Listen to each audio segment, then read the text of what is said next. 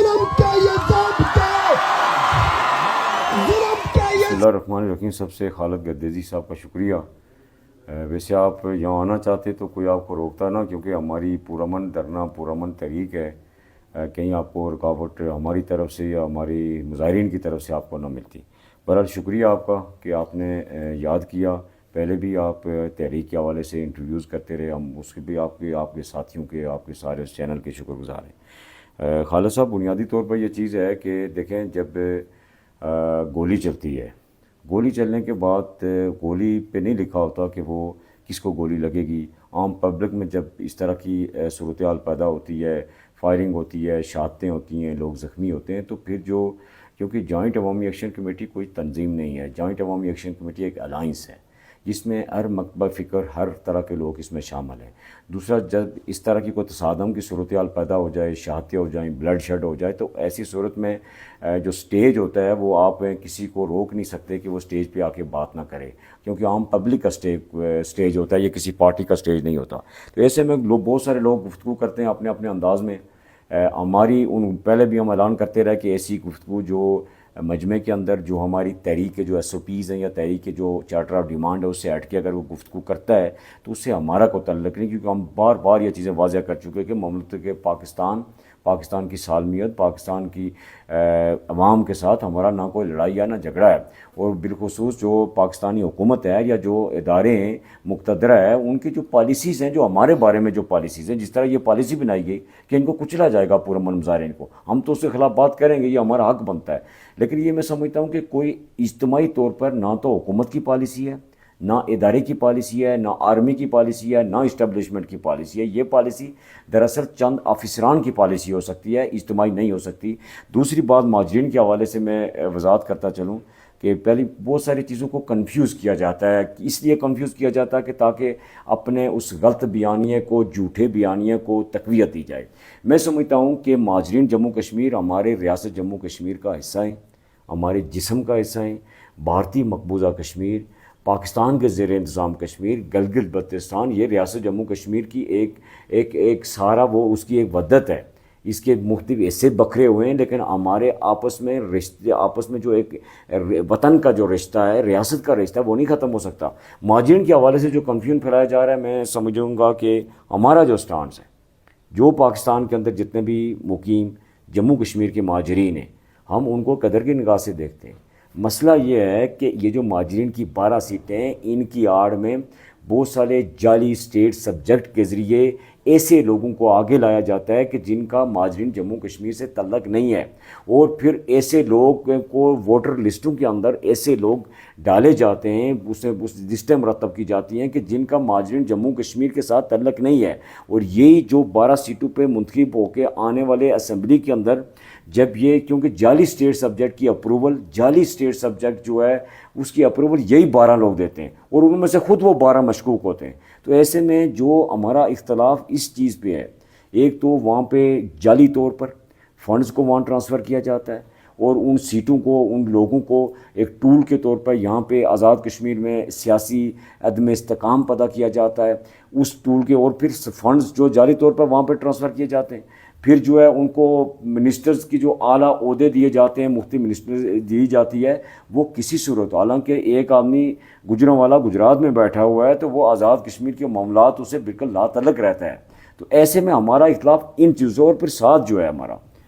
जो जैनवन जम्मू कश्मीर माजरीन हैं, क्योंकि बहुत सारे ऐसे हबाब जिस तरह एक जायद साहब थे, उन्होंने सारी माजरीन जम्मू कश्मीर की एक तंजीम बनाई है, उन्होंने ये चीज़ें बड़ी वजाहत के साथ की हैं कि बहुत सारे ऐसे जाली स्टेट सब्जेक्ट जो लाखों की तादाद में मौजूद हैं, वो उस पे हमारा एतराज़ है कि जैनवन जम्मू कश्मीर के माजरीन, वो हमें उनसे कोई, दूसरी एक और बात, पाकिस्तान के अंदर जो माजरीन जम्मू कश्मीर सेटल हैं, अल्हम्दुलिल्लाह वो जो क्योंकि 47 में आए, या मोस्टली वो हैं जो 47 के अंदर आए पार्टीशन के वक्त, तो वो तो पाकिस्तान की जो स्टेटस है एक सिटीज़नशिप का, जो पाकिस्तानियों का रहने वाला, वो सारे हुकूक, वो सारे राइट्स वो हमारे वहाँ जो माजरीन भाई हैं उनको वो हासिल है। वो सूबाई असम्बली के अंदर, पाकिस्तान की कौमी असम्बली के अंदर, सेनेट के अंदर वोट भी दे सकते हैं, इलेक्शन भी लड़ सकते हैं, और माजी में बहुत सारे लोग इन सीटों पर मुंतखब भी हुए हैं। तो ऐसे में वो एक डबल स्टेटस इंजॉय कर रहे हैं। تو اصل جو مہاجرین جموں کشمیر ہیں، جو جن کا میں ذکر کرنا چاہتا ہوں، یہ جو بڑا درد ہے جن کو درد ہے مہاجرین جموں کشمیر کا، تو میں ان سے پوچھنا چاہوں گا کہ کیا آزاد کشمیر کے اندر جو مہاجرین جموں کشمیر جو 88 کی موومنٹ کے بعد، وہاں کی آرم سٹرگل کے بعد وہ یہاں پہ شفٹ ہو کے یہاں پہ آئے، جو حقیقی متاثر بھی ہیں اور وہاں سے ہجرت کر کے یہاں پہ آئے، جو آزاد کشمیر کے مختلف اضلاع میں کیمپوں کے اندر آج بھی وہ کیمپوں کے اندر موجود ہیں، اور آپ ان کے ساتھ ایسا گناؤنا مذاق کرتے ہیں کہ ان کا وظیفہ 2000 3000 5000، یا آپ ان کے ساتھ ان کی انسانیت کی تذلیل کرتے ہیں، اور ان کے آج کو رہنے کے لیے جگہ نہیں، جبکہ دوسری طرف یہ جو حکمران طبقہ ہے، انہوں نے اس سے یہاں پہ ایک مافیا ہے جس میں ساری یہ پارٹیز کے لوگ شامل ہیں، انہوں نے اپنے مفادات، اپنے جو ان کے سہولت کار ہیں ان کو اکوموڈیٹ کرنے کے لیے، اس مافیا کو پروان چڑھانے کے لیے آزاد کشمیر کے اندر ہزاروں کنال اراضی خالصہ سرکار، ہزاروں کنال اراضی دیش شاملات موجود ہیں۔ اگر انہیں ڈر تھا مہاجرین جموں کشمیر سے، تو یہ اپنے لوگوں اپنے سیاسی لوگوں کو انہیں الاٹ کرنے کے بجائے یہ ان مہاجرین جموں کشمیر کو مستقل طور پہ آپ ان کو الاٹمنٹ کیوں نہیں کرتے؟ وہ متاثر ہیں، وہ ہمارے بھائی ہیں، وہاں سے ہجرت کر کے یہاں پہ آئے۔ تو ایسے میں سمجھتا ہوں کہ یہ درد، یہ سارا درد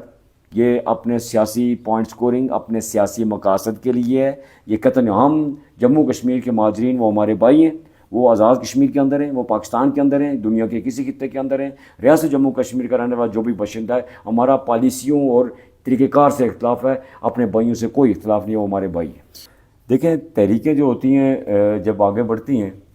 یقیناً ہماری تحریک بنیادی طور پر اپنے چارٹر آف ڈیمانڈ پہ ہے، اور چارٹر آف ڈیمانڈ ہمارا بڑا واضح شفاف ہے۔ اس میں بہت ساری چیزوں کی ہم نے ڈیمانڈز کی ہیں، اور بہت ساری انتظامی چیزیں ہیں، اور بہت ساری ایسی چیزیں ہیں جو ہم نے قانونی اور آئینی طور پہ جو امینڈمنٹ کی ہم نے بات کی، ریفارمز کی بات کی، جس طرح انتخابات کے حوالے سے ہم نے ریفارم کا مطالبہ کیا، اسی طرح جو پریویلیجز ہیں، جو شروع دن سے ہمارا مطالبہ ہے کہ ان کی جو پریویلیجز ہیں ان کو ختم کیا جائے۔ یہ ایسے مسائل ہیں کہ جن پہ ہم نے ساری چیزیں اپنا چارٹر آف ڈیمانڈ لے کے آگے بڑھیں۔ لیکن یہ ہوتا ہے کہ تحریکوں کے اندر جب بہت سارا تحریکیں آگے بڑھتی ہیں، کیونکہ ہماری پرامن تحریک تھی، پرامن تحریک ہے، اس تحریک کو پرتشدد بنانے کی کوشش کی گئی، اس کو دہشت گردی کا نام دینے کی کوشش کی گئی۔ ابھی تک وہ اس چیز کو پروو نہیں کر سکے کہ یہ کوئی دہشت گردی کی تحریک ہے، کہ ہماری 3 سالہ جدوجہد اس کی تاریخ ساری گواہ ہے۔ تو ایسے میں تحریکیں جب مرحلہ وائز آگے بڑھتی ہیں تو یقیناً تحریکیں اپنا راستہ خود بناتی ہیں، اور بالخصوص یہ جو تحریک ہے یہ راستہ بنا سکتی ہے، یہ انقلاب کی طرف ابھی گئی نہیں ہے، لیکن جس طرح کے حالات ہیں تو یہ یقیناً میں سمجھتا ہوں یہ بھی ایک بہت سب سے بڑا انقلاب تو یہ ہے۔ میں انقلاب کی شروعات ہو چکی ہیں، جو انقلاب کا جو مفہوم ہے اس کے تحت، اس لیے کہ میں سمجھتا ہوں کہ پورے ہمارے اس ریاست کے اندر ہم سارے لوگ علاقوں کے اندر، برادریوں کے اندر، قبیلوں کے اندر بٹے ہوئے تھے۔ ہماری 3 سالہ جدوجہد اور عوام کے اخلاص کی وجہ سے آج پورے آزاد جموں کشمیر کے اندر جو ہم لوگ جتنے بھی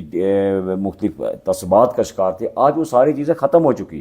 حتیٰ کہ ہمارا میں بڑی خوش ہیں، جو ہمیں خوشی ہوتی ہے جس بات کی کہ ہمارا جو اوورسیز ہے وہاں کا، جس کی وہ ایکٹ جو اس کا اسٹیٹ سبجیکٹ اس آزاد جموں کشمیر کا ہے، وہ بہت سارے ہمارے ایسے احباب ہیں کہ جن کے بچوں کی پیدائش وہاں پہ، ان کی برتھ جو ہے وہ UK کے اندر ہوئی، امریکہ کے اندر ہوئی۔ آج وہ ساری، کیونکہ ہمیں بہت ساری لوگوں کو اپنی فیملیز، بہت سارے رشتہ دار وہاں پہ موجود ہوتے ہیں، تو جب آتے ہیں بچے تو وہ تو کشمیریت بھول چکے تھے، لیکن الحمدللہ ہماری اس تحریک کی وجہ سے پوری دنیا کے جس خطے کے اندر ہمارا بڑا